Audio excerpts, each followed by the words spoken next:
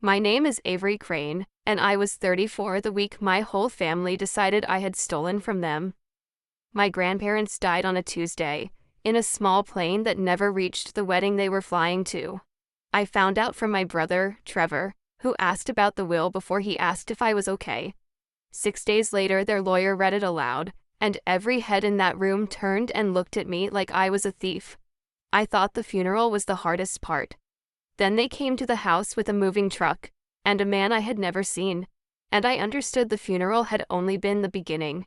What I had quietly done 2 days before that truck arrived is the only reason I can tell you this calmly now.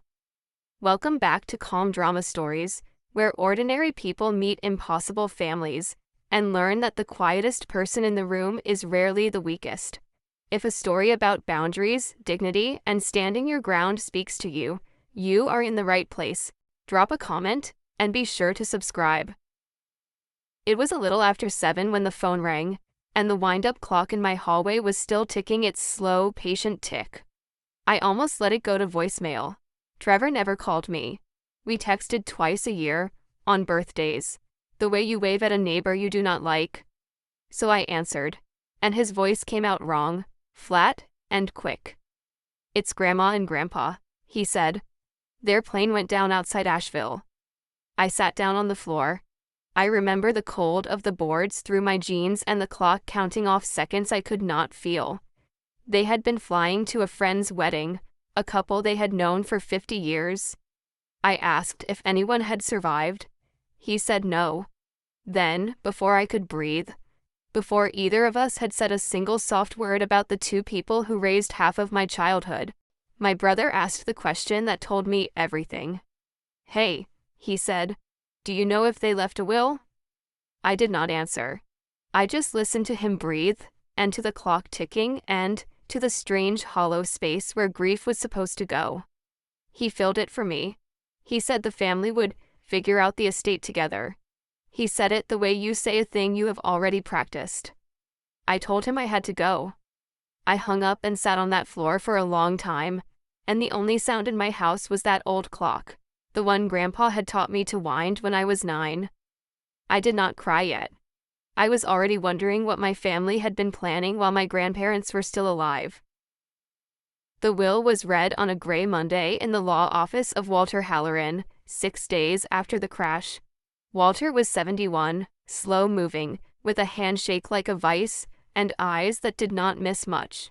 He had served with my grandfather, a lifetime ago, in a war neither of them talked about. The whole family came in black. My father, Gerald, sat in the front with his arms crossed. My mother, Brenda, dabbed at eyes that stayed dry. Trevor jittered his leg. Aunt Carol, my mother's sister, sat one row back with a legal pad already open, like she had come to take inventory rather than mourn. I took the chair at the end, the way I always did at family gatherings, close to the door. Walter cleared his throat and put on his glasses. He thanked us for coming. He said Raymond and Joan Crane had been deliberate people, and that their wishes were clear. Then he started reading, and the room held its breath. I expected the house to go to my father. I expected the savings to be split. I expected, honestly, to be mentioned somewhere near the bottom. A keepsake maybe. The clock, if I was lucky. Instead, Walter read my name. He read it again a paragraph later. He kept reading it. I felt the air change before I understood the words. My mother's pen stopped scratching. My father uncrossed his arms. Trevor's leg went still. Walter looked at me over his glasses, not unkindly, and then looked back down at the page like a man who knew exactly what he was about to set loose in that room. My mother laughed, one short, sharp note with no humor in it at all. "There must be a mistake," she said. Walter did not look up. "There is no mistake," he said. Walter set the page down and folded his hands. "Avery is the sole heir," he said. "The estate passes entirely to her." He let it sit. $40 million. The house on the lake, the land, the accounts I had never known existed. He said the numbers plainly, the way you read coordinates, and the room came apart in slow motion around me. My father said my name like a curse. My mother said "soul" 3 times, as if the word itself were broken. I did not say anything. I was thinking about the summers, about the dock I had repaired by hand at 14 while everyone else was at the club, about my grandmother teaching me to bake bread that never rose right, and how she laughed every single time. Walter kept going. He explained that the will had been signed 2 years earlier in his office, witnessed by 2 people, recorded on video. He said there was a physician's letter confirming my grandparents were of sound mind on the day they signed. He said it twice, slowly, and I realized he was not telling me. He was telling the room. He was building a wall in front of me, brick by brick, while everyone watched. Then he looked at me directly. "There is also a letter," he said. "Handwritten? For you alone. Your grandmother asked that you read it when you were ready, and not before." I nodded. I did not trust my voice. Behind me, I could hear my mother and Carol whispering fast and low, the way you whisper when you are already drawing up a plan. My father stood, buttoned his coat, and walked out without looking at me. The door clicked shut. The clock on Walter's wall ticked. And I understood that the grief I had been waiting to feel was going to have to get in line. They were waiting for me in the parking lot. My father stood by his truck with his jaw set, and the gray sky pressed down on all of us. I tried to walk to my car. He stepped in front of me. "It should have gone to family," he said. I had been hearing the rough edges of that sentence my whole life, but never the whole thing, never out loud. I looked at him. "I am family," I said. My father's face did something complicated and then closed like a door. He turned away. That was always his answer to anything true, the turning away. Trevor came up beside him, hands in his pockets, that loose, entitled slouch he had carried since he was a teenager. "You don't even live here, Avery," he said. "You haven't lived here in 12 years. As if a house were a reward for staying close enough to want it. And in his mind, maybe it already was his. For as long as I could remember, the family had spoken of the lake house as Trevor's someday. The place he would raise his kids, an inheritance everyone agreed on without once asking the 2 people who actually owned it. I did not answer him either. There was nothing to say that they were ready to hear. My mother appeared last, and she did the most frightening thing of all. She softened. She put her hand on my arm and looked up at me with wet, careful eyes. "We're all grieving, sweetheart," she said. "We'll talk soon, when everyone's calmer." Her voice was gentle. Her grip was not. I had spent 4 years in the army learning to read what people meant under what they said, and what my mother meant was simple. She had not given up. She had only changed weapons. I got in my car. I sat there a moment, watching the 3 of them confer in the rearview mirror, heads close, my father gesturing toward the law office. Then I drove out to the lake, to the house that was somehow mine now, and I tried to remember how to breathe. I should tell you who I am, because it matters for what comes next. I spent 12 years in the army, most of it in logistics. People hear that and picture clipboards. And they are not wrong, but a clipboard in the wrong desert is the difference between men eating and men not eating. My job was to make sure the right things reached the right people at the right time, and to write down everything, because in that work memory is the first thing that betrays you. You document, you date it, you keep the file. After I got out, I did not go home. I took a small apartment 20 minutes from the lake, and a job coordinating supply for a farmers' cooperative, and I kept to myself. I told people I valued my privacy. The truth was quieter and worse.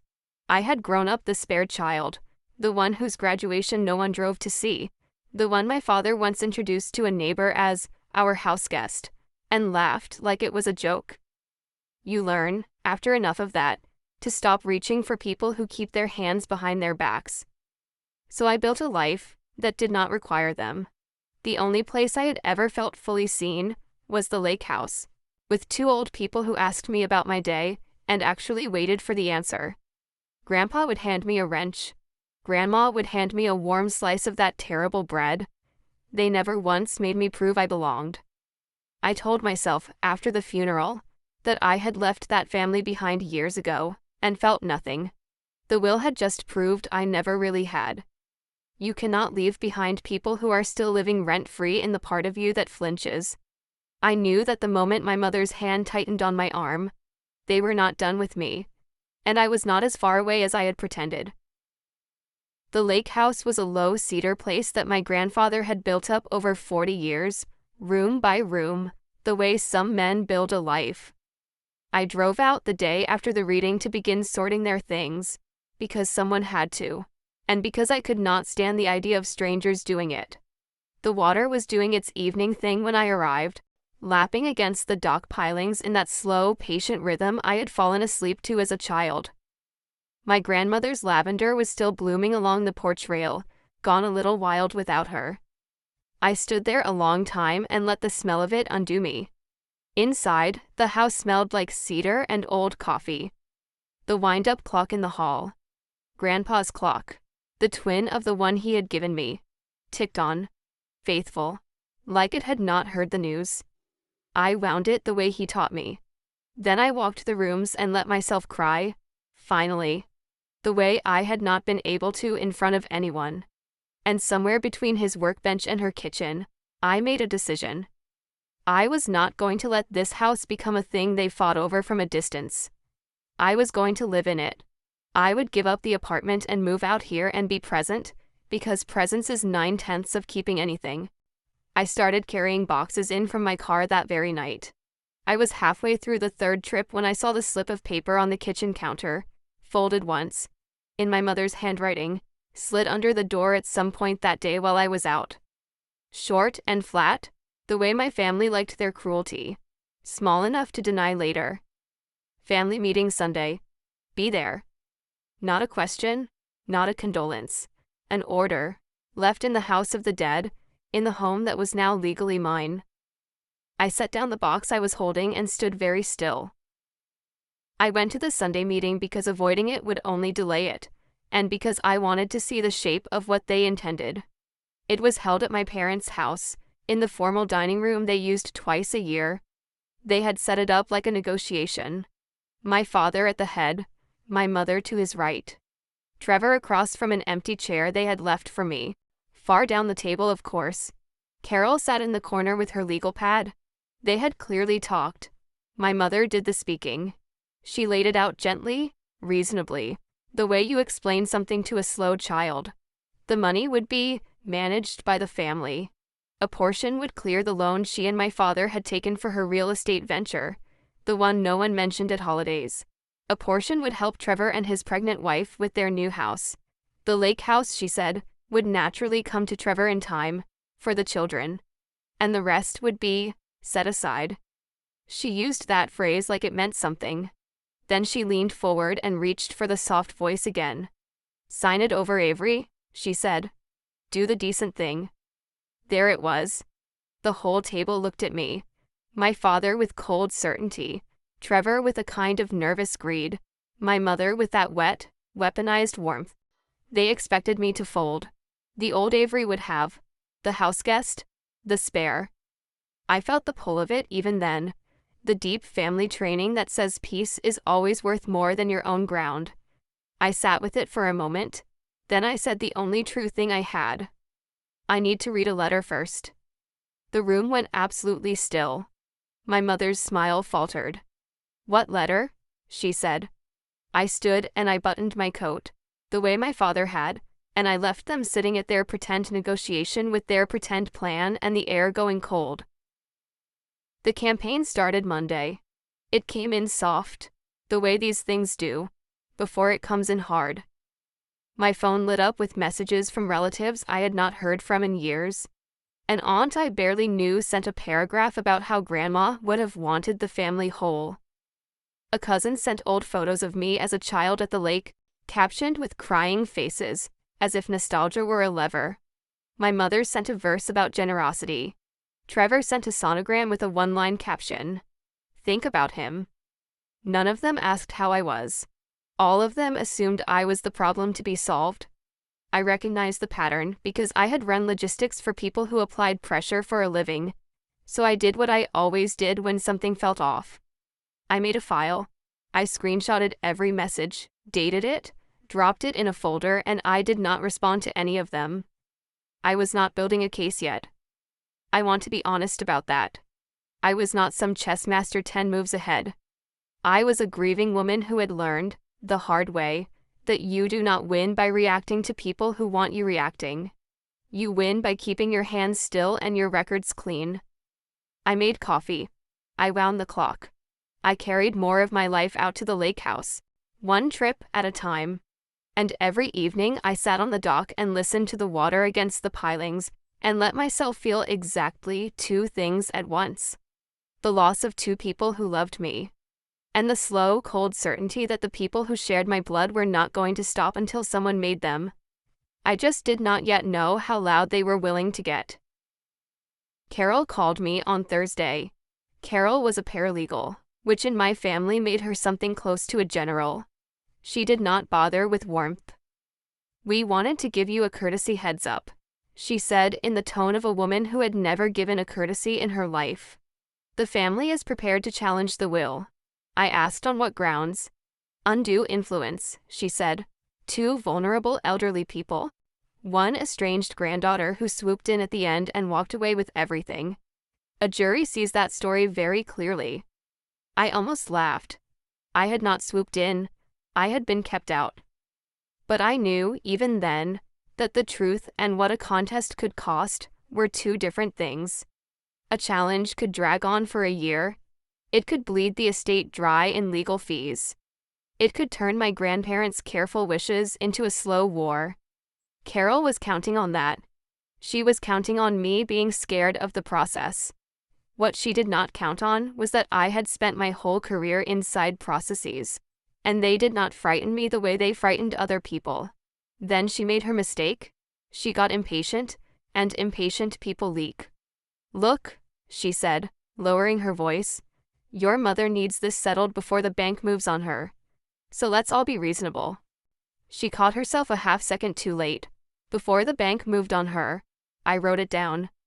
I thanked Carol for the courtesy heads up in a voice as flat as hers, and I hung up, and I sat with that one sentence for a long while. My mother was not just greedy. My mother was drowning, and drowning people do not let go. They pull you under with them. I called Walter the next morning. I did not call him crying. I called him the way I would call a supplier with a list. He answered on the second ring and listened to all of it without interrupting. The undue influence threat, Carol's slip about the bank, the Sunday meeting. When I finished, he was quiet for a moment. "Let me set your mind at ease," he said. He walked me through it slowly. The will was as solid as a will gets. He had drafted it himself. 2 disinterested witnesses. A video of the signing. A physician's letter dated the same day, confirming your grandparents understood exactly what they were doing. "An undue influence claim has to be proven," he said, "and the burden falls on them, not you. They have nothing but their feelings." I asked what they could really do. "They can file," he said. "They can make noise. They can spend their own money making noise." Then he paused. "There is something else you should know. Your grandfather added a clause, a no-contest provision." I asked what that meant in plain words. "It means," Walter said, "that anyone who challenges this will and loses, forfeits whatever your grandparents did leave them." I sat up. "They left them something?" "A token," he said. 20,000 each, to your father, your mother, and your brother. Raymond insisted on it. He said it was a test. I wrote down every word. A test. My grandfather, dead in a field outside Asheville, had reached forward in time and laid a small, quiet trap, baited with exactly the kind of money my family could not leave alone. I did not feel triumphant. I felt something stranger. I felt understood. He had known them. He had known me. And he had trusted me to be patient enough to let it work. Before we hung up, I asked Walter the question I had been circling. Why me? Why not split it? Why not soften it? Why hand one grandchild a fortune and light a fire under the whole family? He was quiet again, the way he got when he was deciding how much to say. Your grandparents talked about you a great deal, he said finally. More than you'd guess. He told me they had noticed things. The graduation no one attended. The one Joan only heard about afterward and cried over. The phone calls where Gerald spoke about you like a problem he was tired of. The Thanksgiving you came home on leave, and your father called you a house guest, and you smiled and helped with the dishes anyway. They wrote it down, Walter said. Not to use against anyone. Joan kept a journal. Raymond kept letters. They wanted a record of what they'd seen, in case anyone ever claimed they hadn't seen it. I had not known any of that. I had spent years believing my grandparents simply had a soft spot for me, the way you have a soft spot for a stray. But they had been watching the whole time, and they had understood the shape of my family better than I had let myself understand it. There's the letter too, Walter reminded me. Joan's letter. You haven't read it yet, have you? I admitted I had not. I told him the truth, which was that I was afraid of it. Some part of me was not ready to be loved on paper by two people who could no longer be hugged. Walter let that sit. Read it when you can, he said gently. She wrote it for the woman you are, not the girl they tried to make you. Then he wished me a good night, and the line went quiet, and the clock in the hall ticked on. They came to the lake on a Saturday, uninvited, while I was out at the cooperative. I came back to find my father's truck in the drive and the two of them, Gerald and Trevor, walking the property like assessors. They had a tape measure. They had a phone out, taking pictures of the dock, the boathouse, the view. They had walked straight through my grandmother's lavender to get a better angle, crushing a whole section of it into the dirt, and the broken smell of it hung in the air like something grieving. I parked and got out slowly. My father did not even have the grace to look caught. Just getting a sense of the place, he said, for valuation. I asked who had let them in. It's the family home, Avery. And there it was again, that word, family, used like a key that opened any door but mine. Trevor would not meet my eyes. He kept measuring. My father walked up onto the porch, my grandfather's porch, and stood there like he was already deciding what to tear down. It should have gone to family, he said, for the second time, quieter now, almost to himself, like a prayer he had worn smooth. I told them both, evenly, that they needed to leave. My father studied me for a moment, surprised, maybe, that the house guest had a voice. Then he shrugged and walked to his truck. Trevor lingered. You don't even live here, he muttered. And then, glancing at the boxes of my things stacked in the front window, he flushed, because he could see that I did now. They drove off. I went inside, shaking a little, and on the kitchen counter where my mother's note had been, my father had left something new. A real estate agent's business card, propped up against the salt shaker, like a flag planted on land they had already decided was theirs. That night I finally read the letter. It had been waiting in my grandmother's old Bible, the leather one she kept on the nightstand, folded once and pressed flat between the thin pages of the Psalms, exactly where Walter said she had tucked it. Her handwriting had gone shaky in her last years, but it was unmistakably hers, the same loops that had signed my birthday cards for 34 years. I sat on the edge of her bed and read it by the lamp, with the lavender smell drifting in through the open window and the clock ticking down the hall. She did not waste words. She told me she loved me, and then she told me why she trusted me, and the why was a list of small things I had forgotten I had done. You fixed the dock the summer you were 14, she wrote, by yourself, in 2 days, and you never once told anyone or asked for thanks. She wrote about how I sent them a card every single Christmas from wherever the army had me, even the years no one else remembered their anniversary. She wrote, "You are the only one who never asked us for a thing. That is how we knew." And then, near the bottom, the line that reached into my chest and stayed there. "Use it the way we'd be proud of," she wrote. "You'll know what that means. Don't let anyone tell you that family is the people who share your name.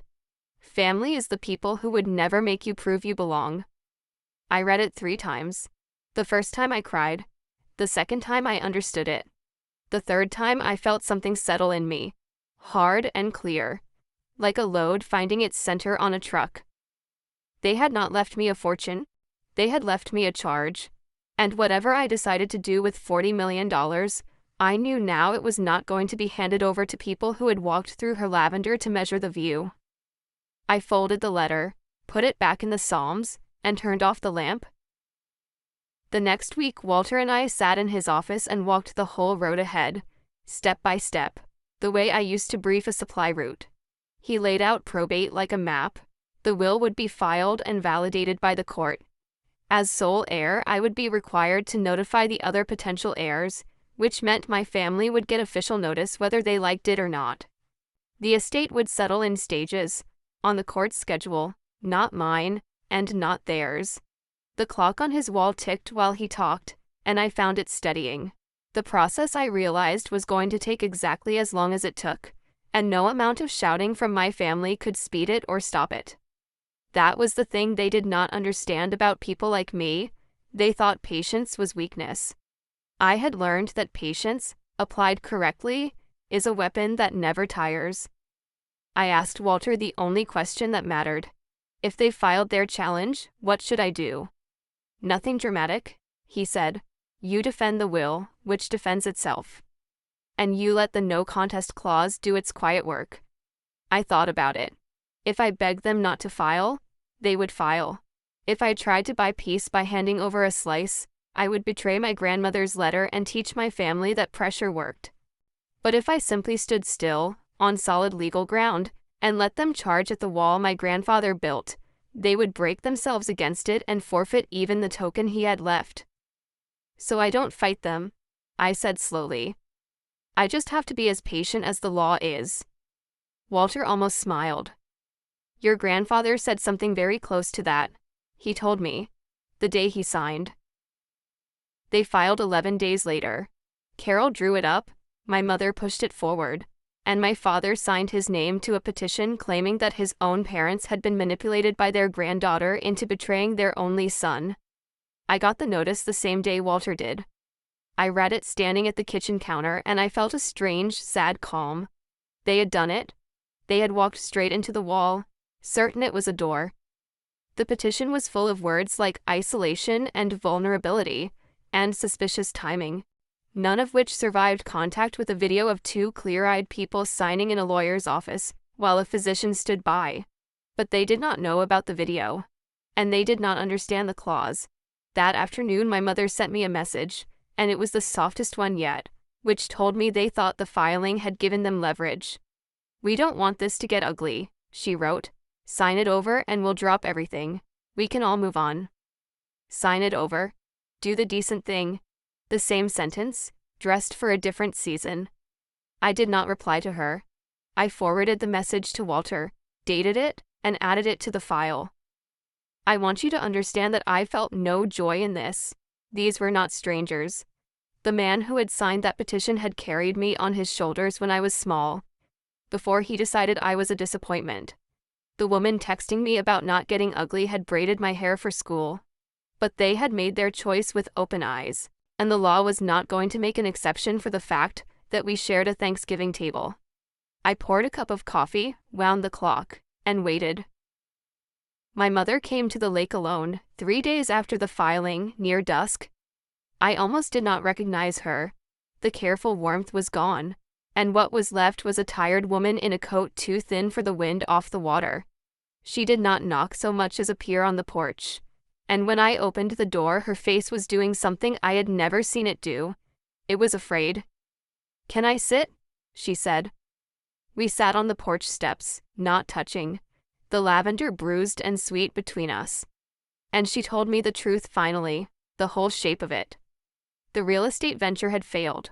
She had borrowed against her own house to fund it, certain the inheritance would cover the gap. The bank was moving to foreclose.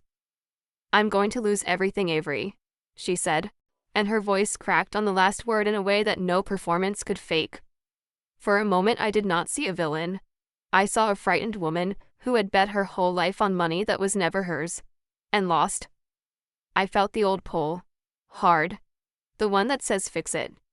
Make peace. Give them what they want and the fear will stop. I let myself feel it. Then I let it pass. "I'm sorry you're scared," I said. "I mean that. I'm not signing the house away. But sit down, and let's talk about what real help could look like. For 1 second, her eyes flickered with something like hope. Then she heard the part she did not want. The part where I kept my ground, and her face hardened back into the mother I knew. You always did think you were better than us, she said, and she stood and walked to her car. 3 days later, the moving truck showed up. But before the truck, I have to tell you what I decided. Because the decision is the whole point of this story, more than any reveal.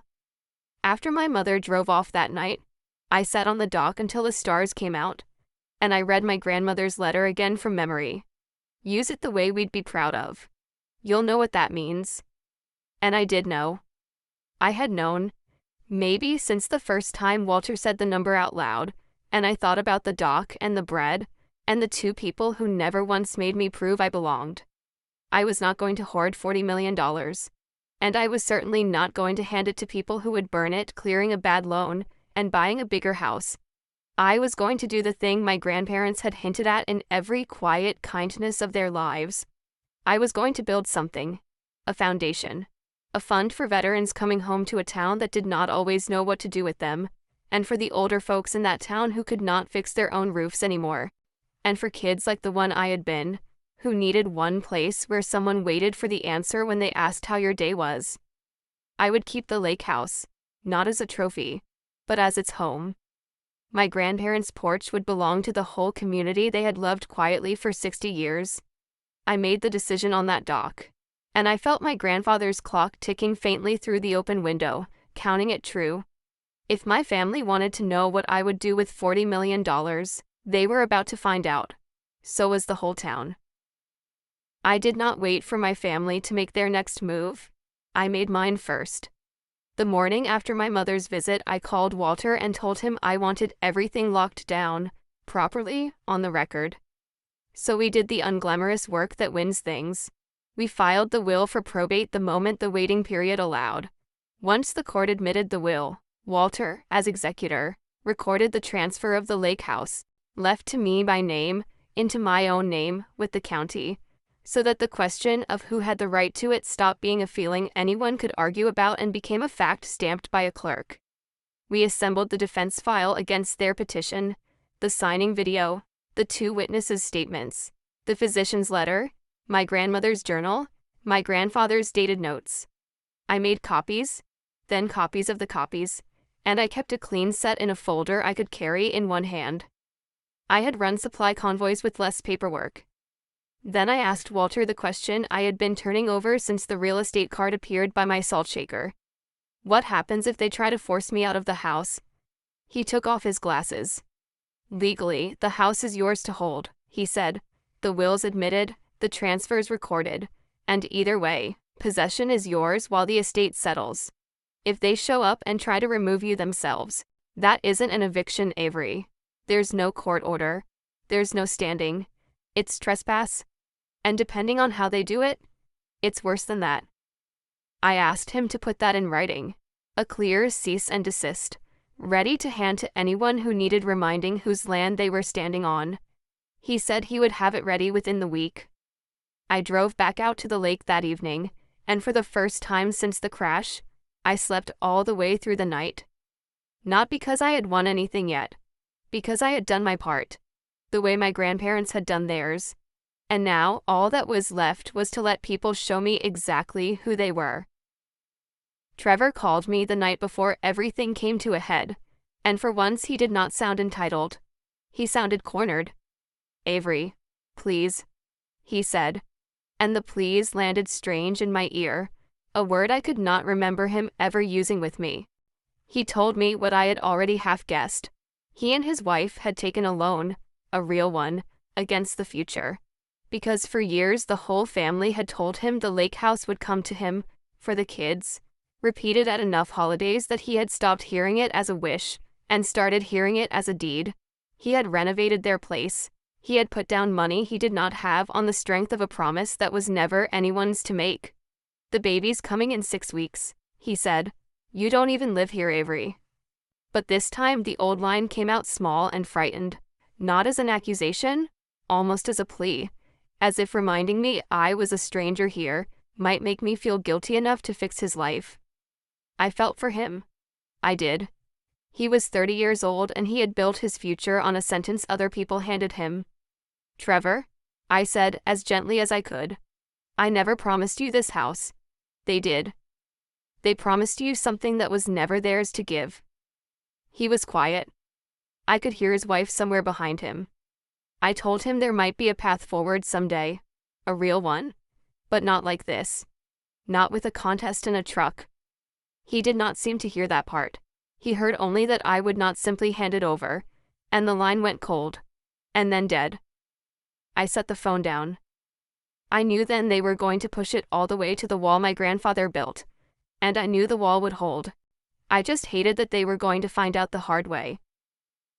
The ultimatum arrived as a letter, hand-delivered in my father's blocky engineer's print. He had always preferred paper to conversation. It was short and certain, the way men are certain when they have never once been told no by their own family. I was to vacate the lake house by Sunday.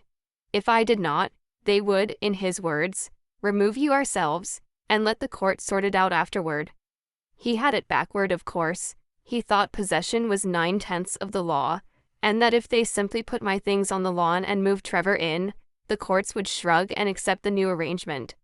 He did not understand that a recorded deed does not care who is sleeping in the house.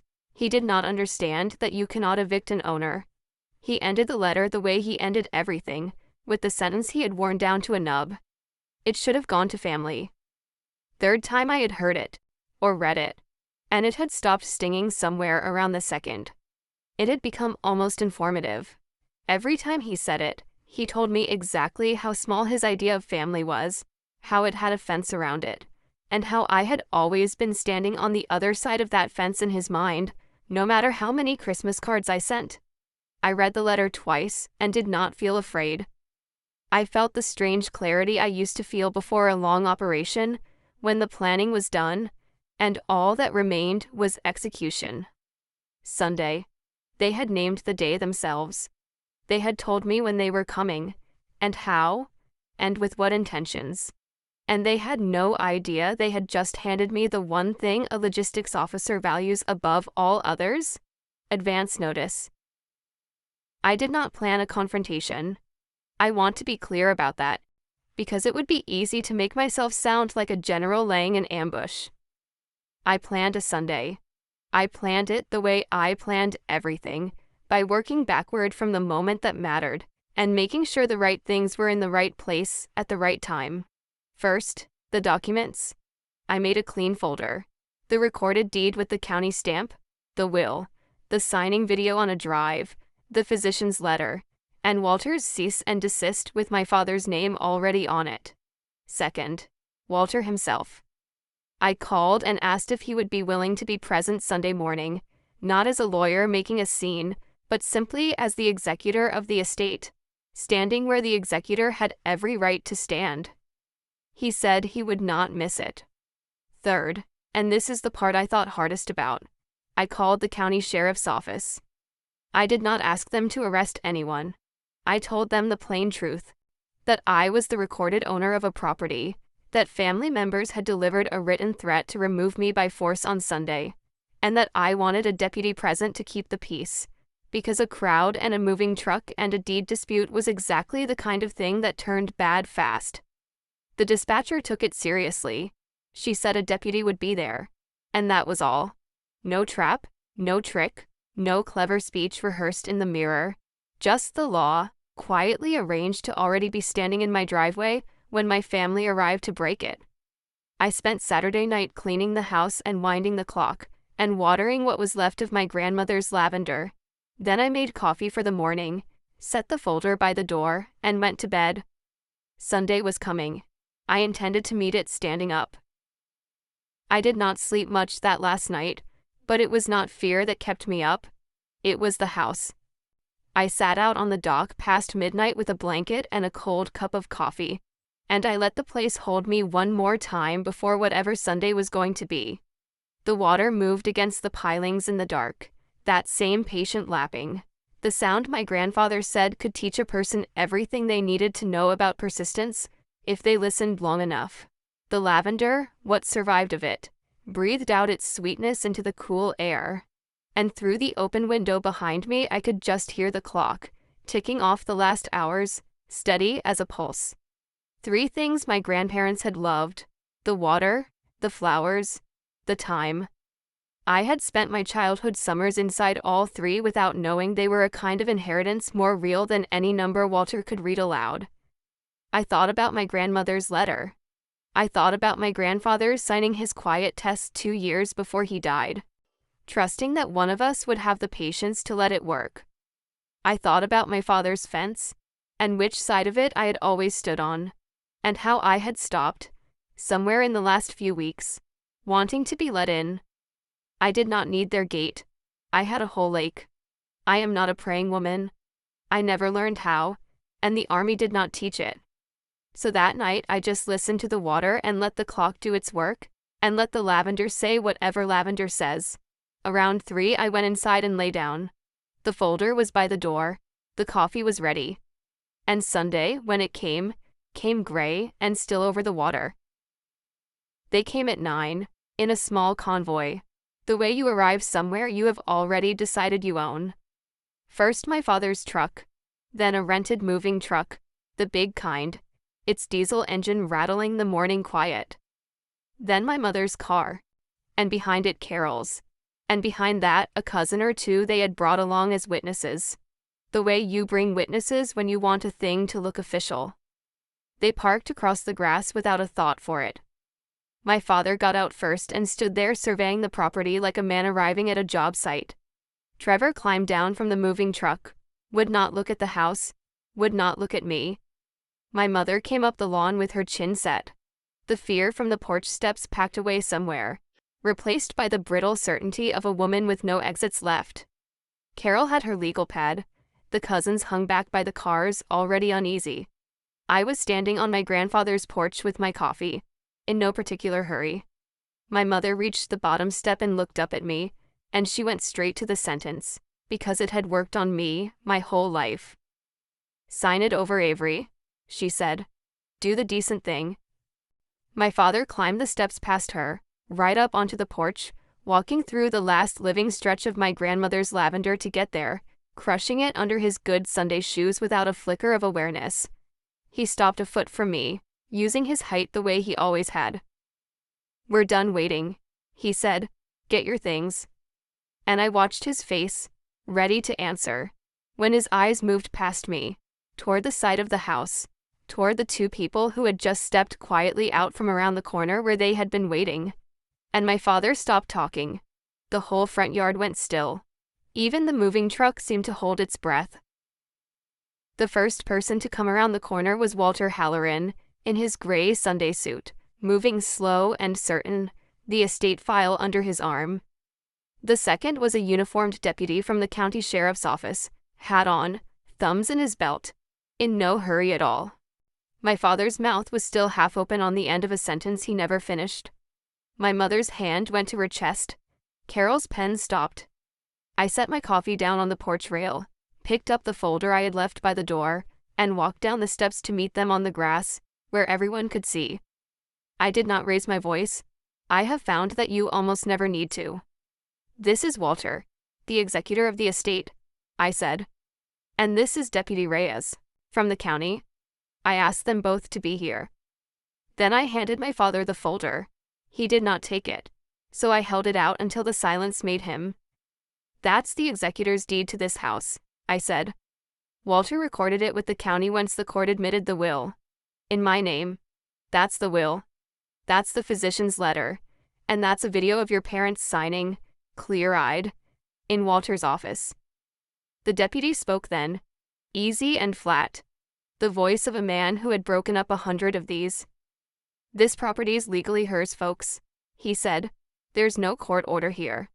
Any attempt to remove her or her belongings is trespass, and I'll treat it that way. The truck needs to leave." But it was Walter who delivered the part that took the air out of all of them.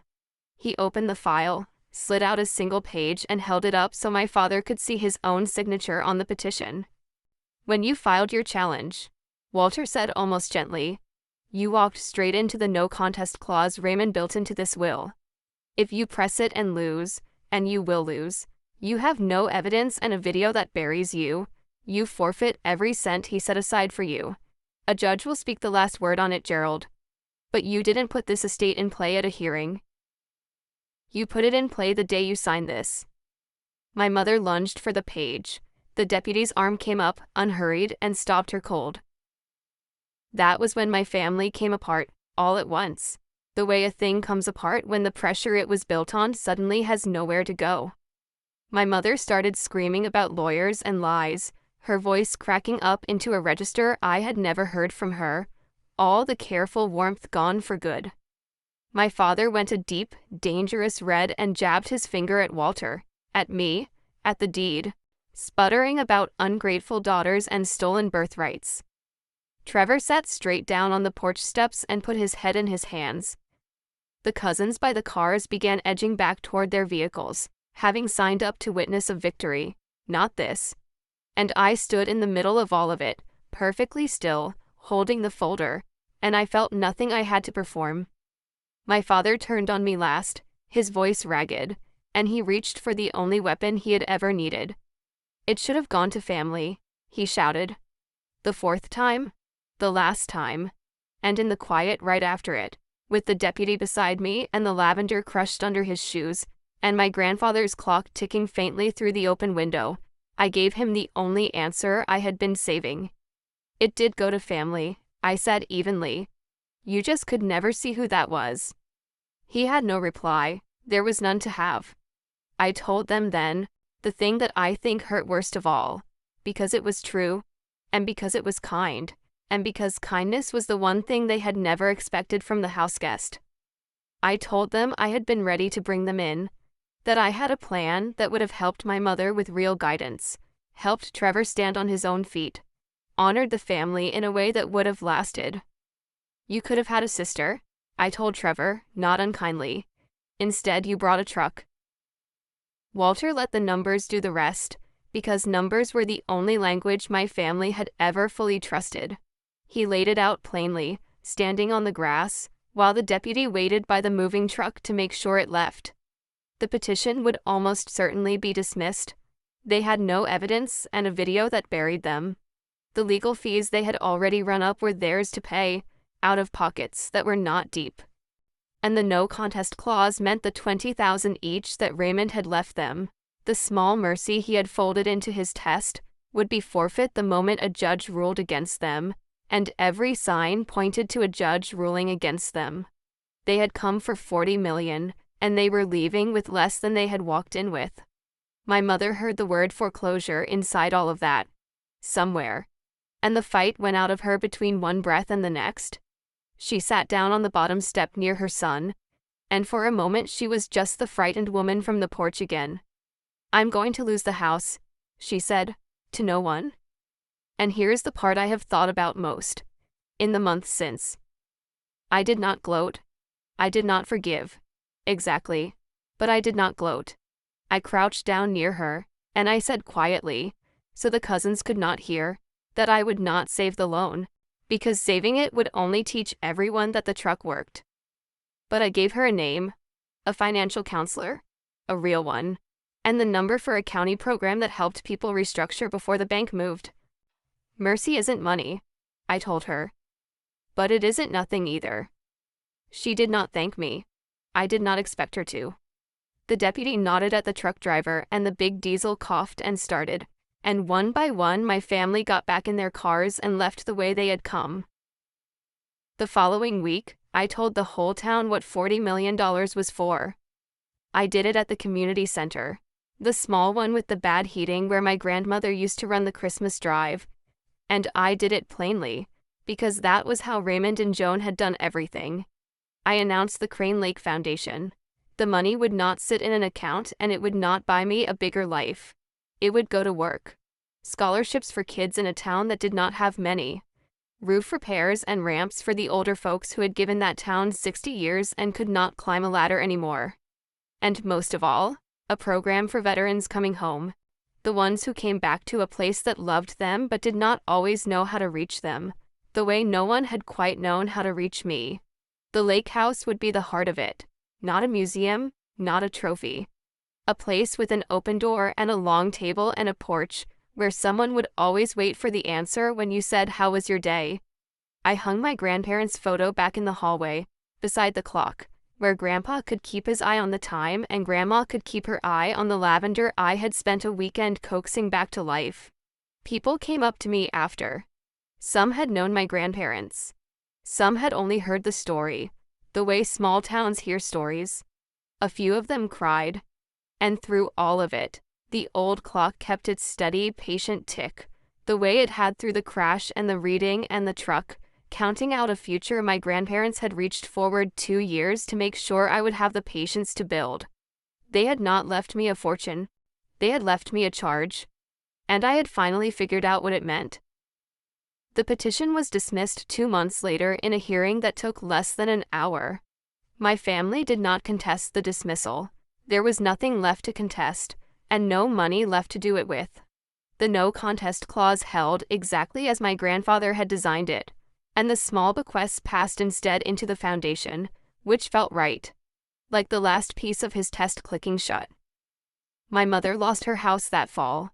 I had warned her, and I had given her the name and the number, and she had used neither.